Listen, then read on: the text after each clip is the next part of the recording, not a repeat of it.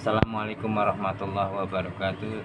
Selamat berjumpa kembali teman-teman dengan saya Sudiono Masyadi di channel Sudiono Masyadi.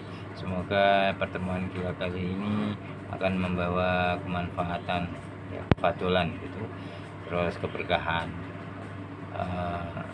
dan penuh limpahan rahmat dari Allah Subhanahu wa taala, dengan ilmu-ilmu yang tersembunyi yang kita sendiri kadang tidak menyangkanya.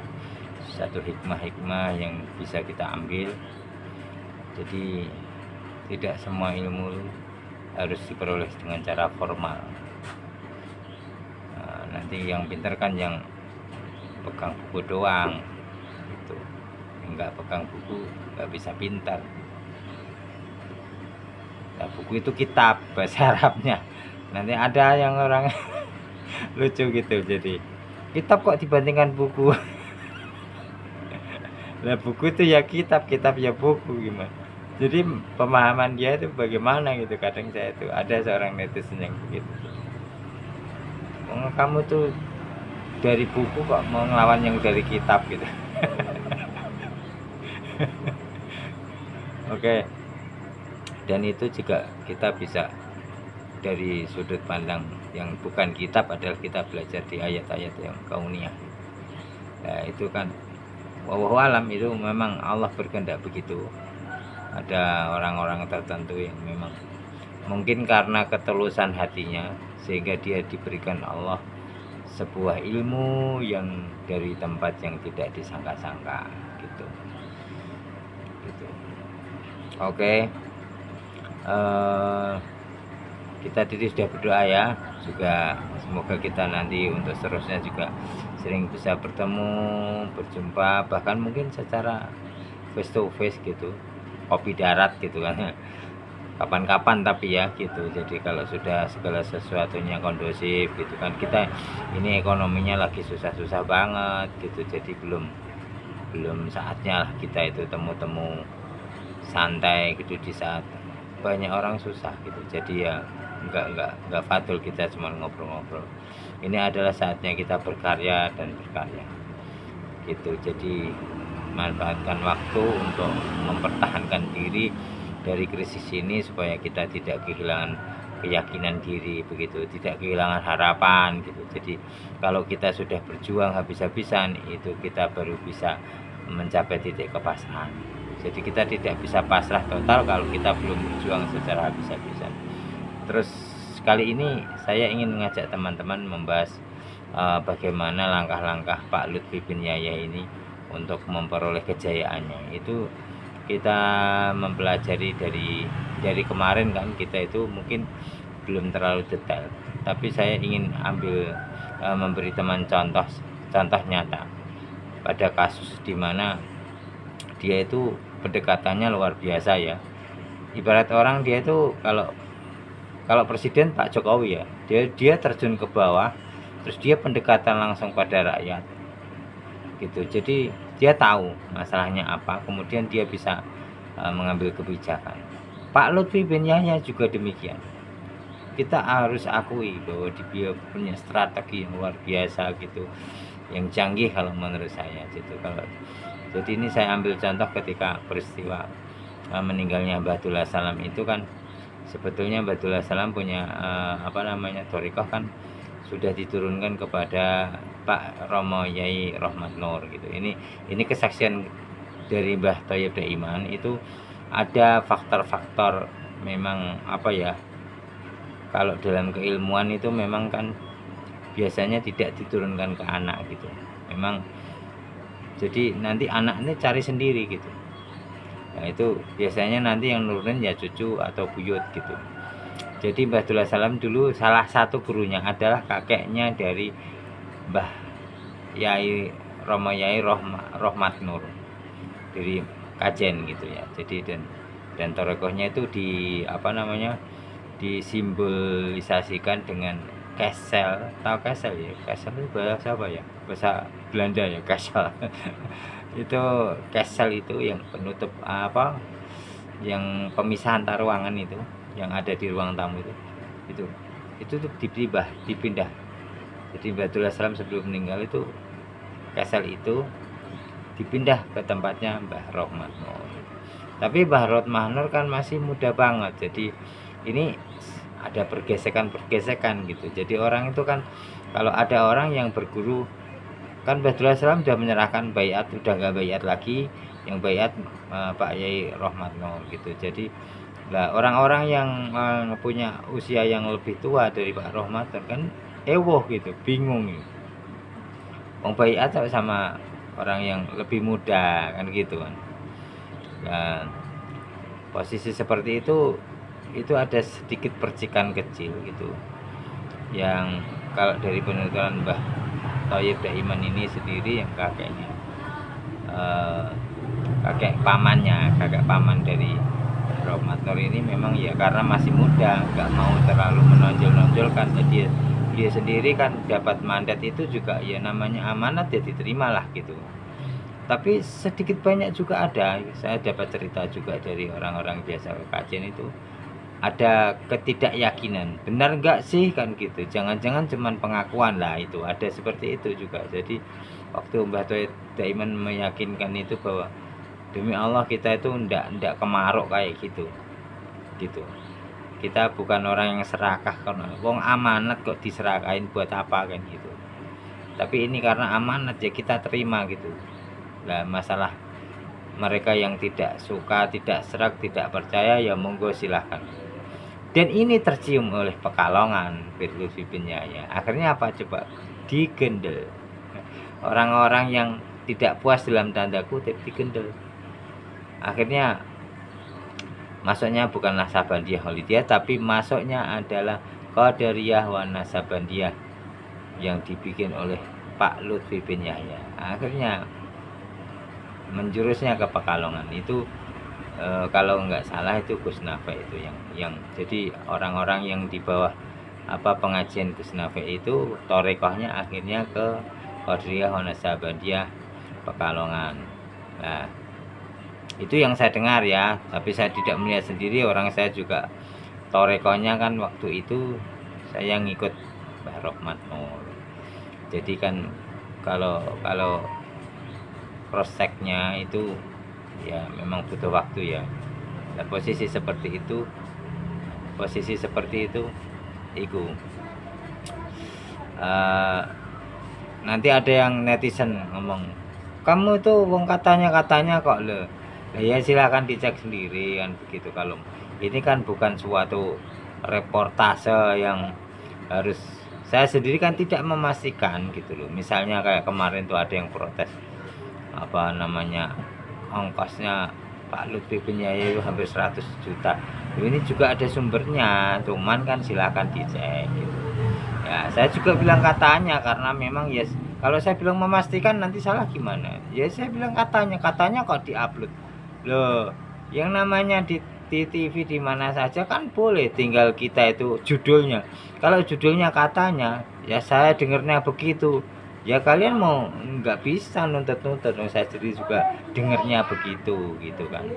Jadi kita tidak meyakinkan, kalau kecuali saya wah katanya itu Hotman Paris tuh ada hubungan dengan kayak kan gitu, itu katanya lah, katanya kan nggak bisa dituntut, nggak bisa, dia juga katanya, kecuali dia ada ini yang emang yang secara hukum saya memastikan bahwa ini Pak Hotman Paris yang melakukan ini lah. Saya dengar Pak Hotman Paris melakukan itu lah, benar salahnya nggak tahu kan begitu kan. Nah itu walaupun mungkin di dalam hati kita yakin, tapi kita nggak boleh menyatakan bahwa itu pasti. Nah, sama dengan ini gitu loh. Saya hanya mencium gelagat itu. Yang kedua ya, ketika Pak Lutfi bin Yahya itu ada seseorang yang beliau insya Allah orang yang sungguh-sungguh pengen pengen mencari kebenaran, mencari ilmu, pengen berbakti lewat jalur agama kepada masyarakat sungguh-sungguh. Kemudian beliau itu mengaji di Romo Kiai Kedinding Surabaya. Beliau itu dari desa Sumber Arom, Alwi namanya ya. Kalau dalam bahasa sebutan kita yang bahasa umumnya gitu, itu namanya Desa Duni. Jadi kan di sini banyaklah desa-desa yang mungkin di tempat lain juga sama ya, mungkin misalnya Desa Ngelak itu Tasik-Harjo. Jadi ada nama bagusnya, ada nama familiarnya. Itu nama familiarnya itu Desa Duni, yaitu apa namanya, nama kerennya itu Sumber Aromo, ya kan. Nah, beliau itu ngaji di Romo Kiai Asrori Kedinding Surabaya. Bahkan pernah itu dia ceramah di tempat saya, di rumah saya waktu itu kan, adik saya waktu menikah itu beliau itu ceramah gitu. Itu ceramahnya 99% kalau nggak lihat orangnya itu kayak ceramahnya Romo Kiai Asrori. Itu persis gaya-gayanya seperti itu dan sebagainya. Lah, dengar-dengar, ini dengar-dengar ya, beliau itu tidak diterima. Maksudnya bukan tidak terima, dia memang murid, maksudnya kan pengen berdiri sebagai torekoh itu mursyid cabang gitu, jadi torekoh cabang dari Asrori, tapi belum dikasih izin sama Kiai Asrori gitu. Mungkin ada perbedaan faktor apa dan apa, kemudian beliau sempat ke namanya Ponorogo, ke Nur Hamim, Yai Nur Hamim Ponorogo juga. Di situ juga belum, akhirnya nggak jadi gitu karena beberapa faktor gitu ya, ketidakcocokan gitu. Jadi lah, akhirnya Pekalongan lagi gitu loh. Pekalongan lagi, jadi akhirnya jalurnya ke Pekalongan, Qadiriyah Wonosamria, jalurnya ke Pak Lutfi bin Yahya. Nah, itu. Jadi ini harus kita akui bahwa beliau itu sempat ya nyium aja gitu, kalau ada begitu-begitu kok dia cepat gitu ciumannya, terus langsung dia datang, dia tarik gitu, jadi masuk. Itulah yang membuat dia itu begitu besar, jadi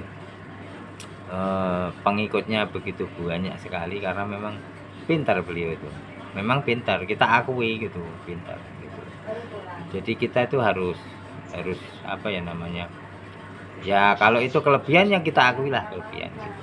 Masalah tujuannya nggak benar itu urusan beda lagi gitu, tapi kita memang harus mengambil apa hal yang baik, manfaatnya mengambil trik-trik yang dia lakukan tuh luar biasa gitu. Jadi pendekatannya bagus, makanya di Kajen pun tuh ada muridnya dia yang akhirnya dia punya jamaah di situ, di di Pati Selatan itu, di sekitar Sumber Arom itu juga itu banyak itu jamaahnya dia waktu itu. Nah, itu yang ingin saya ceritakan teman-teman. Jadi di tempat-tempat lain juga seperti itu. Ketika dia mau punya murid, kemudian dia kembangkan di situ. Terus dia akan bikin satu sel-sel di situ. Sama dengan di desa sebelah ini, desa saya ada sebelahnya itu juga orang yang menarik saya ke Torekoh Beluti ini kan direncanakan dia nanti akan bikin sel di situ.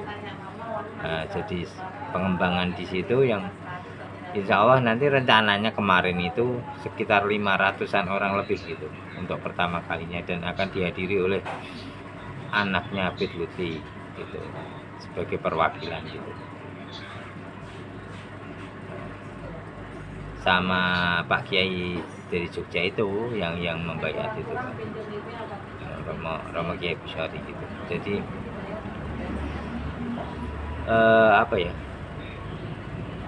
ya itu kemarin itu akhirnya gagal lagi ya, karena memang ada COVID-19. Jadi 2 tahun akhirnya rencana ini tertunda, dan setelah tertunda ini terus ada masalah ini. Setelah ini kan ada masalah COVID ini.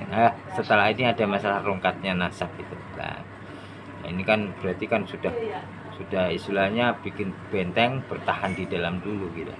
Kalau nanti bisa kuat, nanti kembali lagi rencana yang awal. Tapi saya lihat ini tidak berjalan rencananya gitu, karena memang sudah mulai goyang kan gitu, dari sananya sudah mulai, walaupun mungkin tidak diakui, mungkin dia berpura-pura atau bagaimana, tapi ya tidak seperti biasanya gitu. Terutama yang hariannya itu biasanya full orang di sana. Kalau acara ya tetap kita sulit lah membedakan antara orang 5.000 dan 7.000 atau 8.000, kan sulit gitu.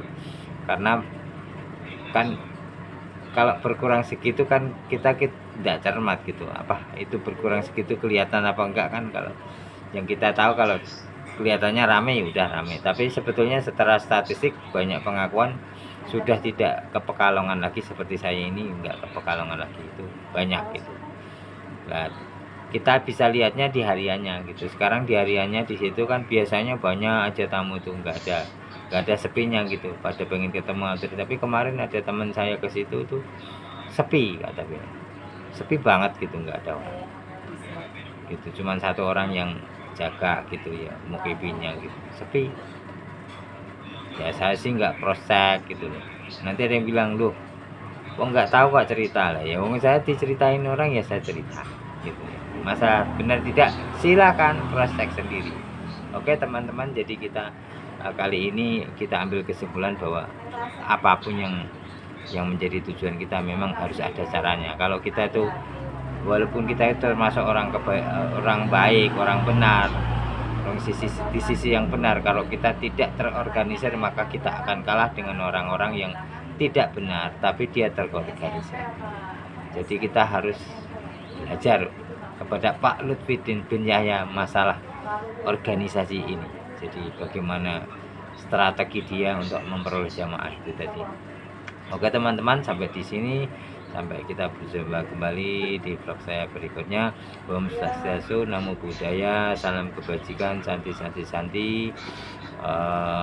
Salam rahayu, sagung itu mati. Assalamualaikum warahmatullahi wabarakatuh.